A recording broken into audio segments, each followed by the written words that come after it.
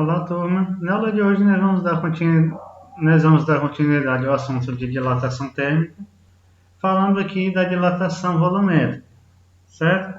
Nós vimos já dois tipos de dilatação, a linear, quando o objeto dilata em uma só dimensão, certo? Ou seja, somente o comprimento do objeto aumenta de tamanho. Na dilatação térmica superficial, temos duas dilatações, ou seja, uma dilatação em duas dimensões, ou seja, tanto no comprimento quanto na largura. E agora a gente tem a dilatação volumétrica, que nada mais é do que uma dilatação em três dimensões. Ou seja, o objeto aumenta tanto a altura, como o comprimento, quanto a largura. Ok? Então, temos aqui um objeto com volume inicial. Esse primeiro objeto tem um volume inicial, ok? Chamado aqui de V1. E após ser aquecido, após sofrer um aumento de temperatura, ele passa a ter um volume um pouco maior. Ok? Então percebam que o aumento é tanto na altura quanto no comprimento, quanto na largura. Ok? As três dimensões desse material aumentaram. A forma de calcular é a mesma das anteriores, ok? Só que com representações diferentes. A letra V, o ΔV aqui, representa a variação de volume. O V0 representa o volume inicial, e essas duas medidas têm que estar na mesma unidade, ou seja, se o volume inicial estiver em metros, a dilatação também vai ter em metros, no caso aqui metros cúbicos. Se o volume inicial estiver em litros, a dilatação volumétrica também vai estar em litros. Ok? E temos agora um coeficiente de dilatação volumétrica, que ele tem que estar em graus Celsius a menos 1, se a temperatura, se é o ΔT, a variação de temperatura for em graus Celsius.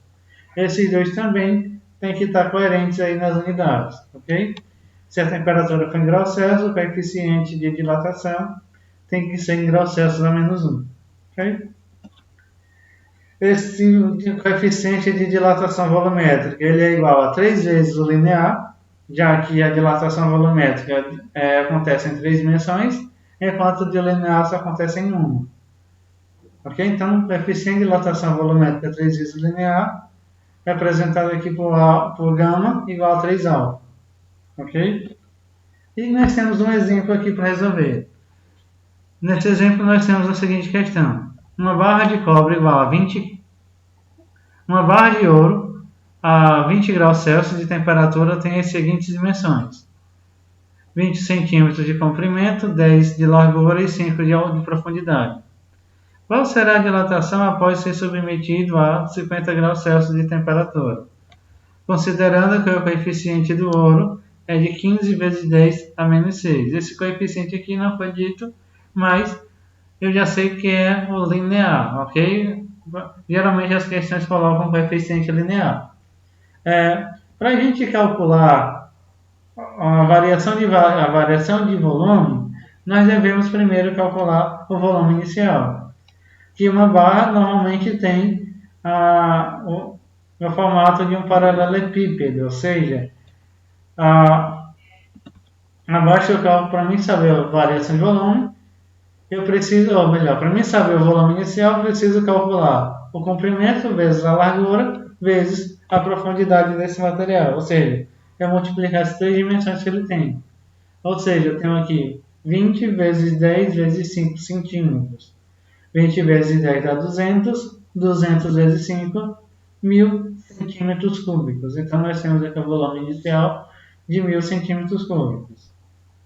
O coeficiente de dilatação volumétrica é 3 vezes o linear, ou seja, vai ser 3 vezes 15 vezes 10 a menos 6, que isso vai dar 45 vezes 10 a menos 6. A gente deixa sempre em função do 10 a menos 6 e retira ele lá no final, como vou mostrar a seguir. A variação de temperatura é a temperatura final menos a inicial. Nesse caso aqui, a final foi de 50 e a inicial foi de 20. Então, 50 menos 20 igual a 30. Ok? E o mais é só aplicar na fórmula. Então, temos aqui o ΔV igual a V0 vezes gama vezes ΔT. Esse V0 a gente já sabe que ele vale 1000. Esse gama equivale a 45 vezes 10 a menos 6. E o ΔT vale 30. Então, é só substituir a letrinha por seu respectivo valor. Então, ficamos aqui com ΔV é igual a 1000 vezes 45 vezes 30. Nesse caso aqui, eu sempre multiplico primeiro os três números, que não tem potência nenhuma.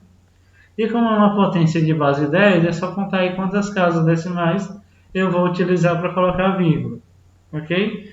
Então, 10 vezes 45 é 45, perdão, 1000 vezes 45 é 45.000, 45 vezes 30 dá 13.000, 1.350.000, ok? 1.350.000 vezes 10 a menos 6, ok?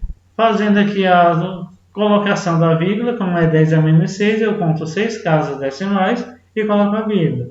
Conto aqui 6 casas da direita para a esquerda. Então temos aqui 1, 2, 3, 4, 5 e 6. A vírgula vai ser colocada aqui entre 1 e o 3. Como o zero depois da vírgula não tem função nenhuma, mais função nenhuma, então eu elimino todos eles, ficando apenas com 1,35 centímetros cúbicos. E como eu tinha falado antes, a variação de unidade, a variação de volume tem a mesma unidade que é o volume inicial. Se aqui é centímetros cúbicos, aqui também vai ser centímetros cúbicos. Ok?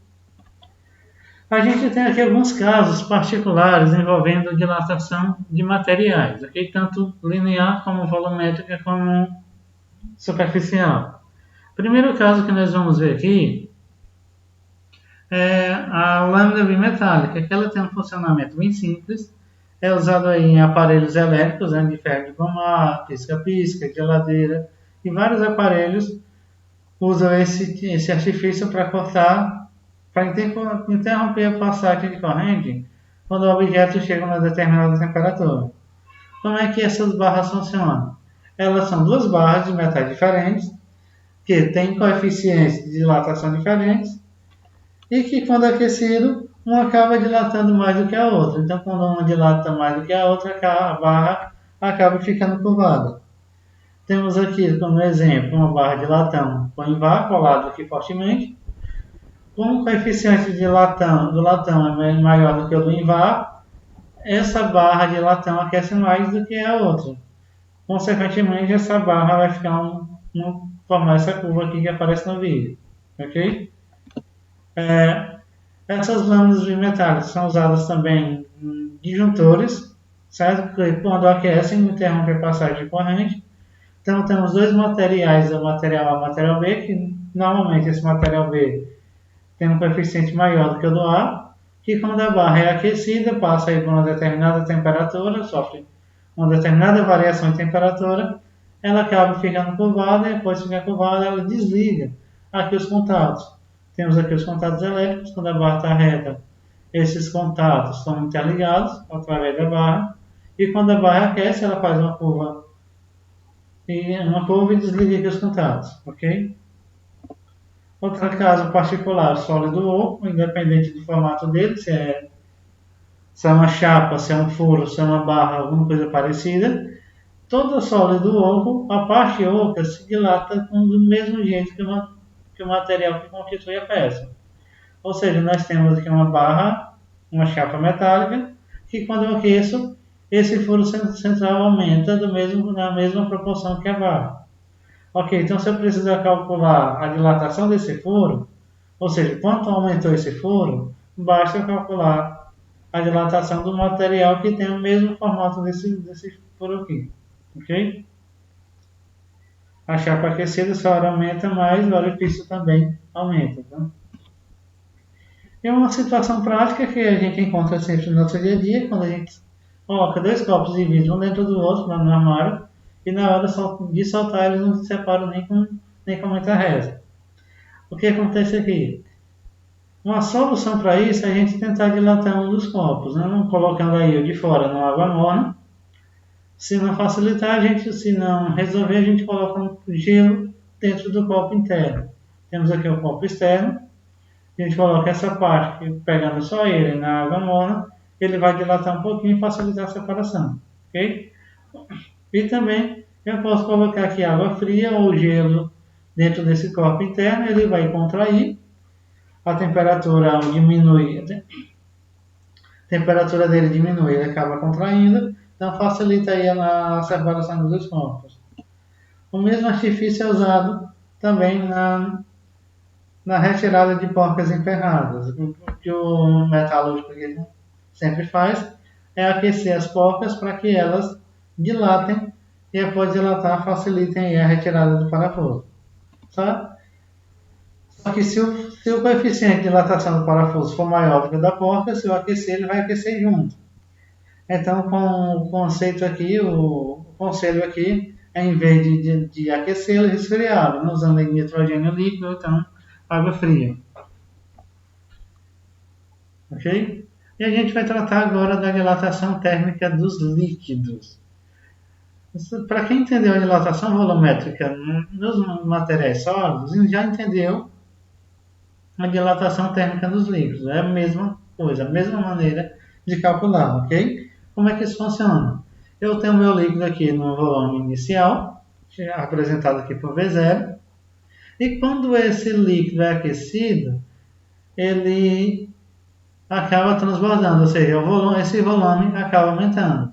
E nós temos aqui, considerando aqui que o inicial, o recipiente aqui está completamente cheio, quando a gente aquece, esse recipiente aqui esse líquido acaba extravasando, ou seja, acaba ficando aqui tendo um volume maior do que o recipiente em que ele está confinado.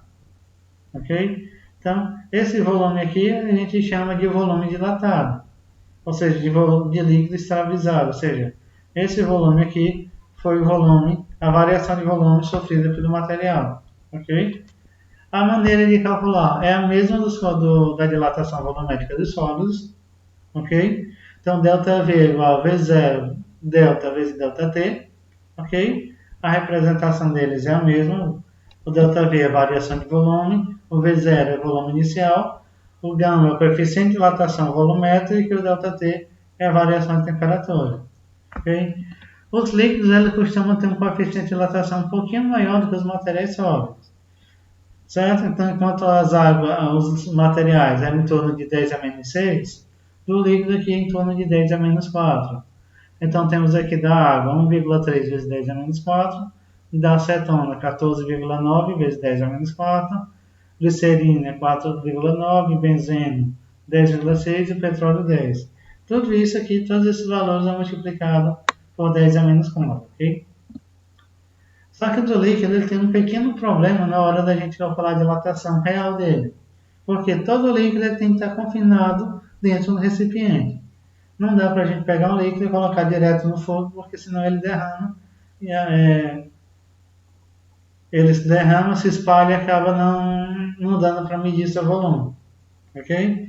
Então esse recipiente, o que acontece? Quando a gente aquece, botar lá uma panela de água para ferver, a primeira coisa que esquenta é a panela, depois o líquido que tem nela. Então nós temos aqui, que no primeiro caso, nós temos aqui um líquido confinado em um recipiente e esse recipiente é aquecido. Então, primeiro aquece o recipiente, esse recipiente acaba sofrendo uma dilatação. Logo após os dois dilatarem, o líquido dilatar, tem aí dois processos de dilatação simultâneo, do recipiente e do líquido. Ok? Então, a gente tem três tipos de dilatação envolvida aqui.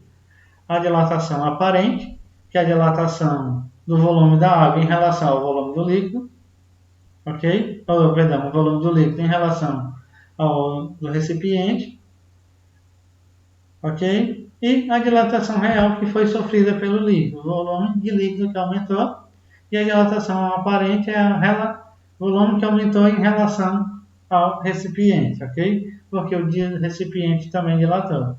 A maneira de calcular essa dilatação aparente é a mesma, certo? Então, a variação de volume aparente é igual ao volume inicial, vezes o coeficiente de dilatação aparente, porque se aparente leva em conta o volume do líquido, o coeficiente do recipiente, e a variação de temperatura.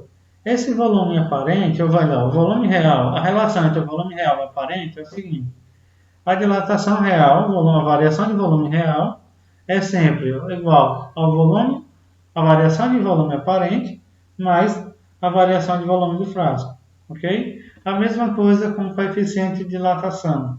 O real é igual à soma do coeficiente de dilatação aparente mais o coeficiente de dilatação do frasco, ok? Um caso especial que nós temos aqui é o coeficiente de dilatação da água, que ele, em alguns casos, como da água, tal coeficiente pode ser negativo. O coeficiente negativo volumétrico. Um coeficiente negativo quer dizer que, em vez de ele aumentar, a temperatura ele aumentar conforme a temperatura, ele acaba diminuindo, ok?